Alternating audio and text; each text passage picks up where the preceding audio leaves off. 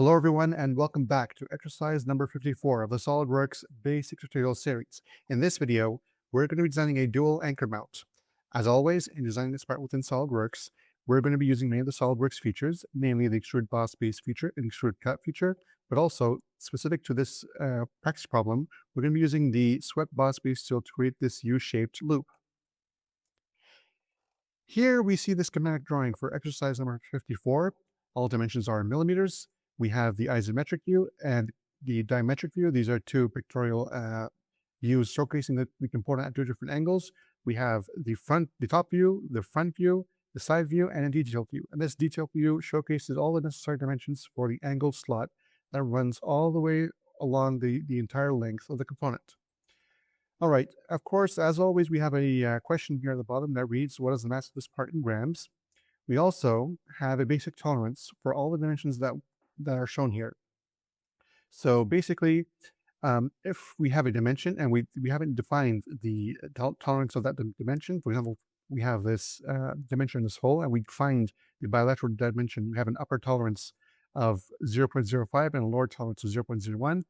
But for these dimensions, for example, like 450 or 300, by default, the upper and lower tolerance values are going to be 0.1 millimeters, all right? But for the most part, in modeling this component within SolidWorks, we're just going to be using the nominal value, all right? So just ignore the tolerances that we have here. And the strategy that we're going to be adopting in modeling this part is actually we're going to follow a feature-driven approach. So looking at this component, we see that we have a rectangular base plate. So obviously we're going to sketch out the rectangular profile using the rectangle tool, and then use the extrude boss base to create a thickness. And then we have this central pad, right? Of which we have the 2D profile as shown here on the top view.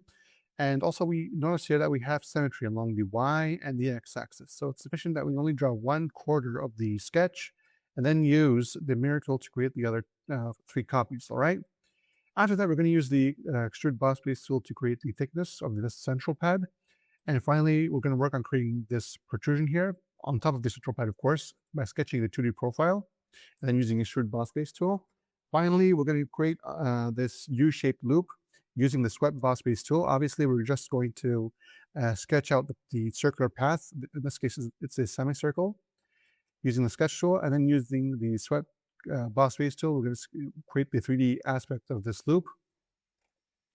And we have a hole here that's right in the middle of the component with a diameter of 15 millimeters. So of course, we also have a slot here, an angular slot. We can actually sketch out half of this 2D sketch and then use the mirror tool to create the other copy, and then use the extrude cut tool to create the opening that runs along the entire length of the components. All right, so it's a very simple problem, and it's a good practice if you want to work on your skills within SolidWorks. All right, so with that aside, let's get started with exercise number 54.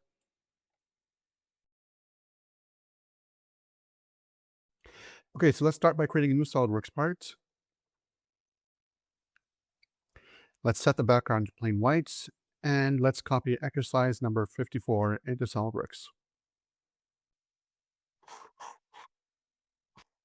Let's drag this upwards and make it smaller. All right, so as I said previously, the first step would be to create the rectangular base plate for the component. So to start, let's go ahead and select the top plane, sketch, and starting from the origin, let's activate the center rectangle tool and draw one rectangle. Looking at the top plane or the top view here, we see that the rectangle should be 450 millimeters by 300. All right, so activate the Smart Dimension tool, and the length of this edge should be 450, and the length of this edge should be 300. Now just press the S key, extrude boss base. Looking at the front view, we see that the overall height, the extrusion height for the base plate should be 70 millimeters. So enter extrusion height of 70, and then press enter. All right, and that creates the base plate for the component. Step 2 involves creating the central pad right here, if we look at the isometric view, we have a central pad. The 2D profile for that central pad can be found on the top view, all right?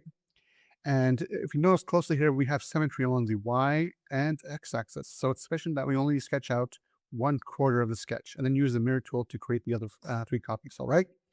So let's go ahead and select this top surface, sketch, activate the circle tool, and I'm just going to draw a circle at any point right here, all right? Activate the Smart Dimension tool, and now let's define the X and Y position of this circle. If you look closely, the distance from one center of the circle to the next for these two top circles is 300. Half of it should be 150, right? So the distance between this point and this point is 150. That defines the X component of the dimension or the position. Now we see that the distance from the center of this circle to this circle is 150. And since the origin lies right in the middle, it should be 150 divided by 2. So the distance between this origin and this point is 150 divided by 2. All right? Now that completely defines the position of the circle, but we need to define the diameter or the radius. If you look closely here at the top view, we see that the radius is 50 millimeters for this circle. So that corresponds to a diameter of 100 millimeters. I don't know what's wrong with my computer today, guys. It's really slow, but please bear with me. That's 100 millimeters, all right? So now what we need to do is activate the center line tool and draw 2 center lines. One horizontal one, that's one. A second center line would be vertical. And we're going to use these 2 center lines as the axis for the mirroring process. So now just press the S key, select mirror entities, and for the entities to mirror, go ahead and select the circle and mirror about this horizontal line. Click OK. Repeat the process again. Select these 2 circles, mirror about this vertical line, and then click OK. So that creates the 4 circles. Now just activate the 3-point arc tool, and what we're going to do is we're going to create 2 arcs. We have this one larger arc connecting these 2 top circles and one smaller one connecting these 2 vertical ones. All right, so that's exactly what we're going to do. So for these 2 circles, we draw an arc 1, 2, and 3. Second one right here is 1, 2, and 3. Just set the relation between this arc and the circle as tangent. Repeat the process for the other side. Tangent. Same thing here. Tangent. And finally, we have this right here. Tangent. Activate the Smart Dimension tool. If we look at the dimensions or the radius for these 2 arcs, we have for the larger arc is 180, and for the smaller one is 60. All right? So this needs to be 180, and this needs to be 60. Press the S key, mirror entities. We're going to mirror this arc about this horizontal line. Click OK. Mirror entities again. This arc about this vertical line. Okay.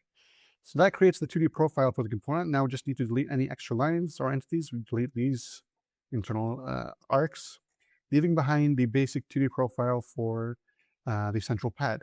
Now just press the S key, extrude boss base. And if you look at the front view, we see that the central pad has an overall height of 58 millimeters. So enter a height of 58, press enter. And that creates the central pad.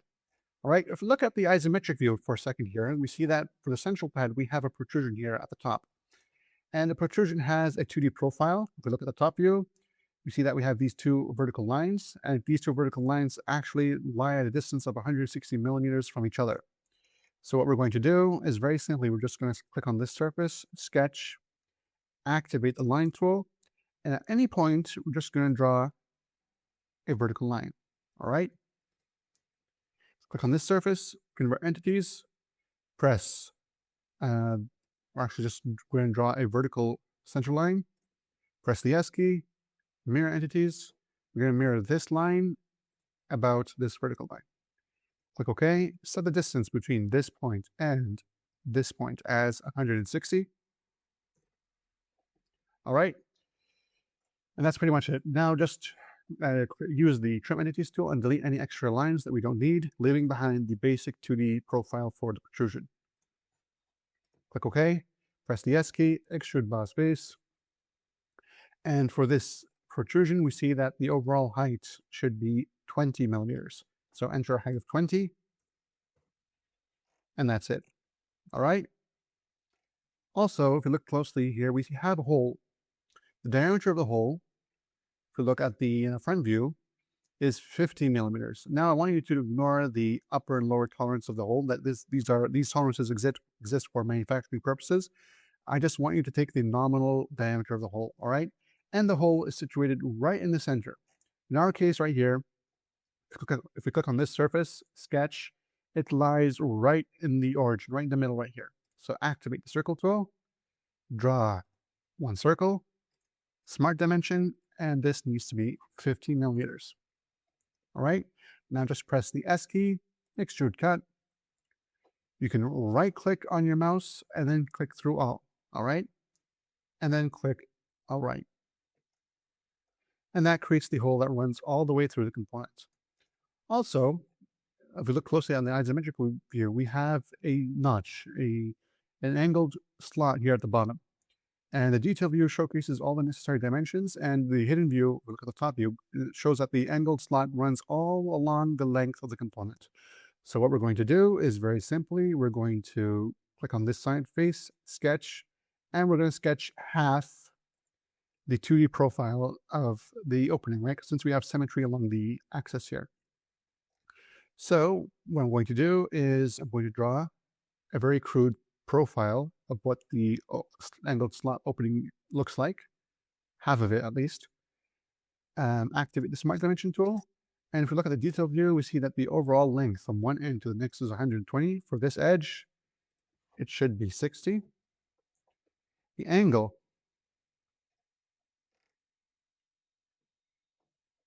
care about that. Okay, so the angle between this point, this edge, and this edge is 60 degrees. And the overall height, which corresponds to the length of this edge, is 30 millimeters. Now the sketch is fully defined. Just press the S key, mirror entities to mirror it. Go ahead and select these three lines, mirror about this vertical line, and then click OK. Activate the trim tool, delete this extra or middle line. Now just press the S key, extrude cut. By default, it's already set to through all, and then click OK. That creates the angled slot at the bottom. Now we're almost done. We just need to create one more thing, and that is the U-shaped loop on either side of the component. And actually, to create that, we need to use the Swept Boss Base tool, but before we need to create the path along which the circular profile should move along. And if we look closely here, this U-shaped loop lies approximately 450 minus 300 divided by 2. So the distance between the centroid right here, the origin, and this point is 450 minus 300 gives us this distance right here. And since we have both ends, it's 3 divided by 2. All right. So that's what we're going to do. So we're just going to create a new drawing plane. So go ahead and select features, select reference geometry, and then select plane. The first reference we need is this surface right here. As for the distance, like I said previously, let's open two brackets. It's 450 minus 300 divided by 2. All right. And let's just flip the opposite. All right, and then click OK. Now, what I want you to do is just right-click on this new drawing plane, select Sketch. Let's activate the Circle tool. All right. And at this point, right here, let's draw a circle.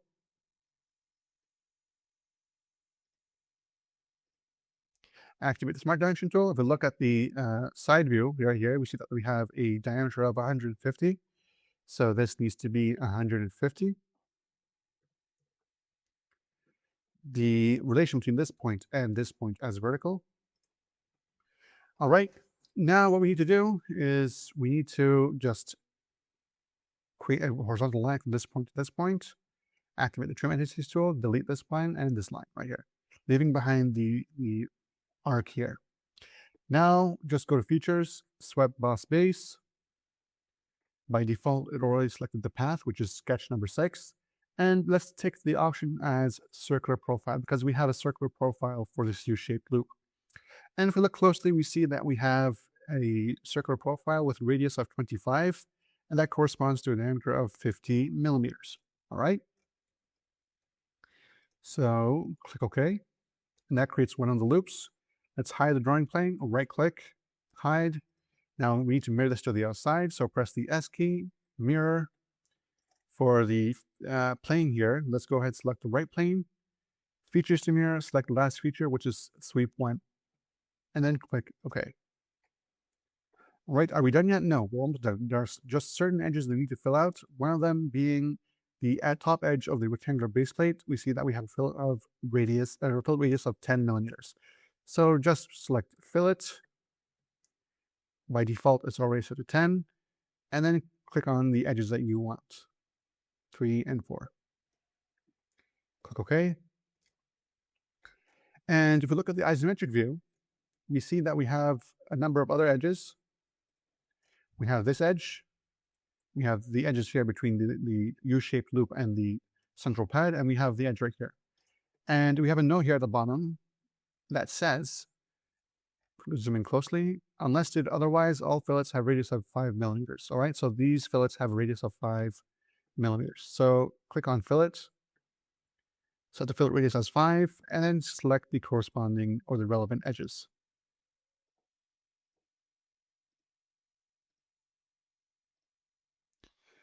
And that's it. Let's click OK. So that completes the modeling process. Delete this image. All right, let's assign a material. Right click here, edit material. Set the material as alloy steel. Again, this is according to the drawing. Alloy steel. Apply. Close. All right. Now for the moment of truth, let's go to the Evaluate tab, Mass Properties, and we can see here that we have a mass, total mass of 103,648 grams. 103,648 grams, which if we want to round things up, it's about 103.6 kilograms. All right, so it's pretty heavy. All right, so that concludes exercise number 54. I hope you all enjoyed this video. If you have any comments or questions, leave them down in the comment section below. Until we meet again, I'll see you all in exercise number 55. Bye-bye.